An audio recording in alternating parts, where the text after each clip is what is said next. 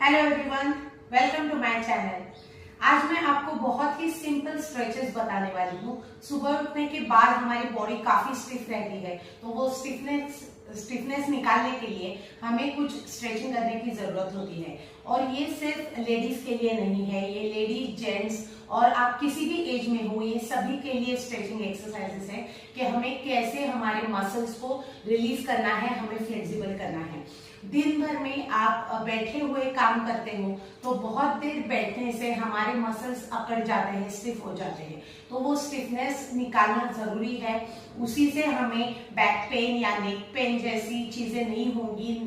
Knee pain, neck pain, back pain, ये अगर आप टालना चाहते हो, आपके रिस्ट पेन भी होता है, रिस्ट इंजुरी भी होती है, तो वो सारा सब कुछ अगर आप टालना चाहते हो तो ये एक्सरसाइजेस जरूर कीजिए। तो शुरू करते हैं। पहले तो सुखासन में बैठ जाइए और हम बैक ट्विस्ट करेंगे। ओके, हमारी बैक को, स्पाइन को फ्लेक्सिबल करने के लिए हम ट्विस्ट करेंगे। सो ब्रीद इन करके टेक हैंड्स आउट और ब्रीद आउट करके ट्विस्ट। तो पूरा पीछे जाना है, बैक को न्यूट्रल ही रखना है और पीछे देखना है। ब्रीद इन करके सामने, ब्रीद आउट करके पीछे, ब्रीद इन करके सामने, breathe out, breathe in, breathe out, breathe इन। ये 5-6 बार हमें करना है। ब्रीद आउट, ब्रीद इन।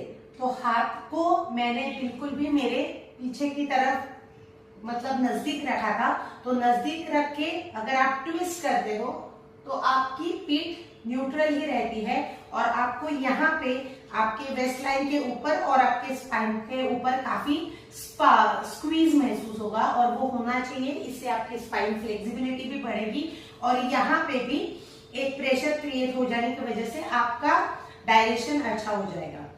तो अब करते हैं नेक रोटेशन।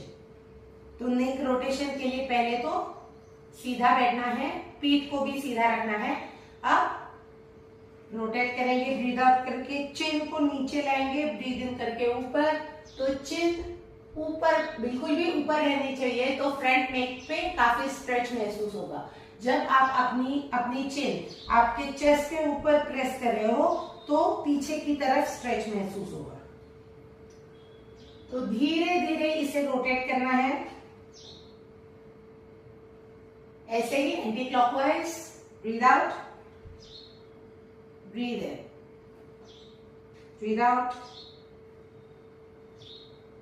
Breathe in. अब सामने की तरफ लाके साइड टू साइड, यहां पे भी स्ट्रेच क्रिएट करना है। बहुत ही सिंपल स्ट्रेचेस है, लेकिन हम भूल जाते हैं सुबह उठने के बाद कि ये करना कितना जरूरी है। अब wrist rotation, slowly rotate wrist, clockwise और एंटी क्लॉकवाइज। अब उंगलियों को भी स्ट्रेच करेंगे तो यहां पे एक स्ट्रेच क्रिएट हो जाएगा। अब रिस्ट पे तो उंगलियां नीचे, ऊपर की तरफ स्ट्रेच क्रिएट हो जाएगा। 2 बार राइट साइड से, 2 बार लेफ्ट साइड से, नीचे। अब एल्बो पर टैप करेंगे और हाथ को स्ट्रेच करेंगे ताकि आपके शोल्डर यहां पे एक स्ट्रेच क्रिएट हो जाए और फोरआर्म पे। तो ये ज्यादा पुल नहीं करना है, एक जेंटली टैप करना है एंड कीप हैंड स्ट्रेट।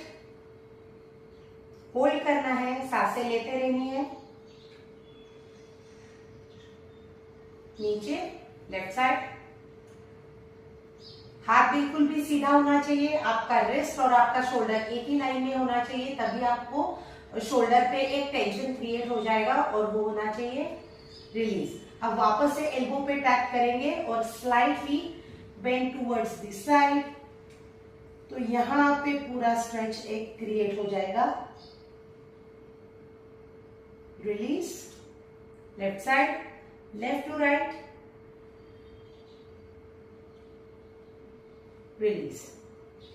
अब वापस से एल्बोज को होल्ड करना है और ऊपर की तरफ लेके जाना है। सांस लेते वक्त ऊपर स्ट्रेच करना है और सांस छोड़ते वक्त नीचे।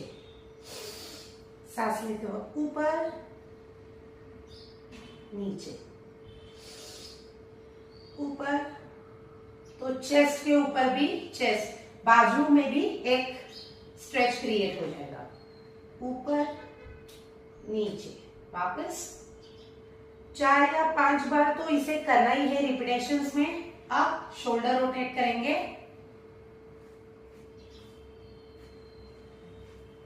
एक, 2, 3, 4, रिवर्स। 1, 2, 3, 4। अब सुखासन में ही बैठना है। सुखासन में बैठ के साइड बेंडिंग करेंगे। सांस लेते वक्त हाथ ऊपर, सांस छोड़ते वक्त अब पाम और एल्बो नीचे ही रखना है। नीचे जाना है, हाथ स्ट्रेट होना चाहिए और देखना है ऊपर की तरफ। तो यहाँ पे ज्यादा स्ट्रेच मिलना चाहिए और यहाँ पे दूसरी साइड पे क्रंच मिलना चाहिए। तो होल्ड करना है, ऊपर की तरफ देखना है। जैसे मैंने दिखाया आपको कि शोल्डर ऊपर की तरफ है, ये ऐसा नहीं है। ओके, तो शोल्डर ओपन करना है और ऊपर की तरफ देखना है। सांस लेते वक्त ऊपर, सांस लेते वक्त ऊपर, सांस छोड़ते वक्त नीचे। और मैं सुखासन में हूं, ये ऐसे आपको पैर को उठाना नहीं है, तो पैर नीचे ही होना चाहिए, तभी यहां तक ज्यादा से ज्यादा स्ट्रेच क्रिएट हो जाएगा। ऊपर की तरफ देखना है। सांस लेते वक्त ऊपर, छोड़ते वक्त नीचे। अब एक पैर को मैंने डायगोनल रखा है, ये पैर मैंने बिल्कुल भी सीधा रखा है, मेरा घुटना जमीन के ऊपर ही है, ऐसे मैंने नहीं रखा है। ओके, अब यहाँ पे हम बेंड करेंगे, साइड बेंडिंग। तो ये आपको अगर यहाँ तक आप नहीं पहुंच पा रहे हो तो कोई बात नहीं है, यहाँ पे भी आपने जस्ट आपका हाथ रख दिया तो कोई बात नहीं। ओके, अगेन सांस लेते वक्त ऊपर और छोड़ते वक्त नीचे। तो ज्यादा से ज्यादा बेंड करने की कोशिश करनी है। अगर आप यहीं तक जा रहे हो तो भी अच्छी बात है। स्ट्रेच क्रिएट होना चाहिए, मसल्स रिलैक्स होने चाहिए, ये हमारा गोल है। ऊपर की तरफ देखना है और इसे होल्ड करना है।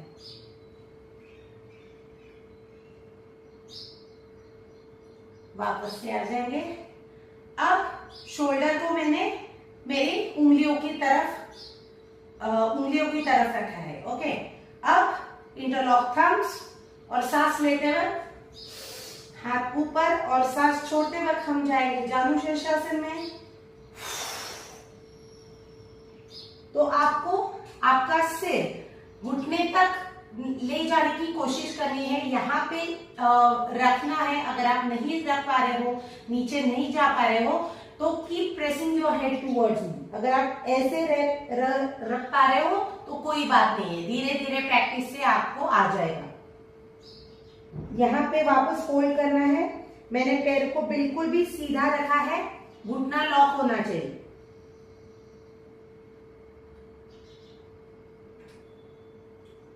सांस लेते वक्त ऊपर, छोड़ते वक्त नीचे। तो जैसे हम अभी जानु शीर्षासन में गए, तो जानु शीर्षासन में क्या होता है, आपके पहले स्पाइन को लेके एकदम नीचे तक, आपकी लंबर तक एक बहुत ही अच्छा स्ट्रेच आपको मिलता है, जिससे आपकी पीठ बहुत स्ट्रेच होती है, स्पाइन फ्लेक्सिबल रहता है। यहाँ पे पेट के ऊपर काफी एक क्रंच महसूस होगा, क्योंकि पेट दब जाता है जब हम हमारा सिर नीचे रखते हैं, तो घुटने पे रखते हैं, तो ये यहाँ पे एक बड़ा सा क्रंच आ जाता है, जिससे आपका डाइजेशन भी इंप्रूव हो जाता है। जैसे मैंने पहले बताया कि घुटना मेरा जमीन के ऊपर है, तो पीछे की तरफ मतलब आपका हैमस्ट्रिंग, आपका काफ और आपका एंकल, यहाँ भी एक स्ट्रेच, कंटिन्यूस स्ट्रेच आपका क्रिएट हो जाएगा। और इसी की वजह से यहाँ के सारे वेन्स जो है, तो ब्लड सर्कुलेशन अच्छे से स्टार्ट हो जाएगा। तो इसलिए अगर आप ऐसे पैर रखते हो, तो ये पैर रखने से यहाँ का टेंशन ही गायब होता है, तो वो स्ट्रेच आपको नहीं मिलेगा। अब सांस लेते वक्त हाथ ऊपर, लेफ्ट साइड से भी वही करेंगे। मैं ऊपर की तरफ देख रही हूं, होल्ड करना है, सांसें लेते रहनी है, हमें सांस कहीं भी होल्ड नहीं करनी है। ओके, तो सांसें लेते रहनी है। Breathe in, breathe out. अब turn your shoulders towards toe. Okay, interlock thumbs, take a deep breath in, हाथ बिल्कुल भी सीधे। ओके, सांस छोड़ते वक्त नीचे,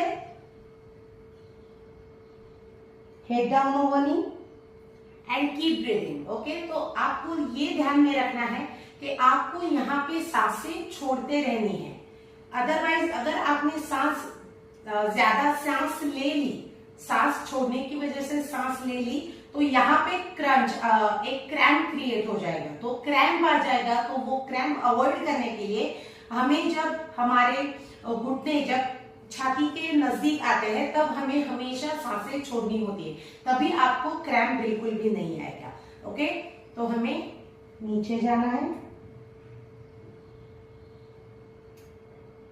सांस लेते वक्त हाथ ऊपर, सांस छोड़ते वक्त नीचे।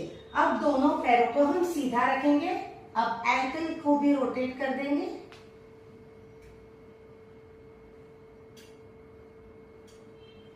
Anti clockwise.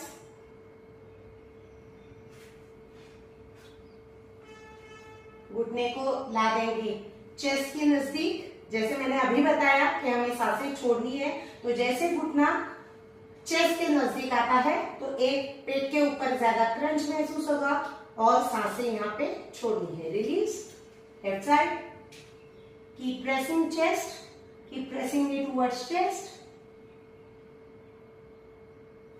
और रिलीज। अगर आप पैरों को एक इजी करना चाहते हो थोड़ा, तो दोनों पैरों को ऐसे हिलाइए, shake your legs to release the tension. Okay, सारे वेन्स और ब्लड सर्कुलेशन अच्छा करने के लिए उंगलियां भी हमें एकदम स्टिफनेस इसका निकालना है, तो उंगलियां भी मैं कर रही हूं।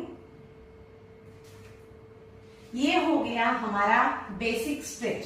तो सुबह उठने के बाद जब बॉडी बहुत ही स्टिफ रहती है तब हमें ये सिंपल स्ट्रेचेस करने चाहिए। इससे आपका नेक का मतलब आप दिन भर में जो बैठते हो और बैठ के काम करते हो 8 घंटे या 10 घंटे, उससे आपके नेक के ऊपर काफी टेंशन क्रिएट हो जाता है, वो अकड़ जाती है या कमर अकड़ जाती है।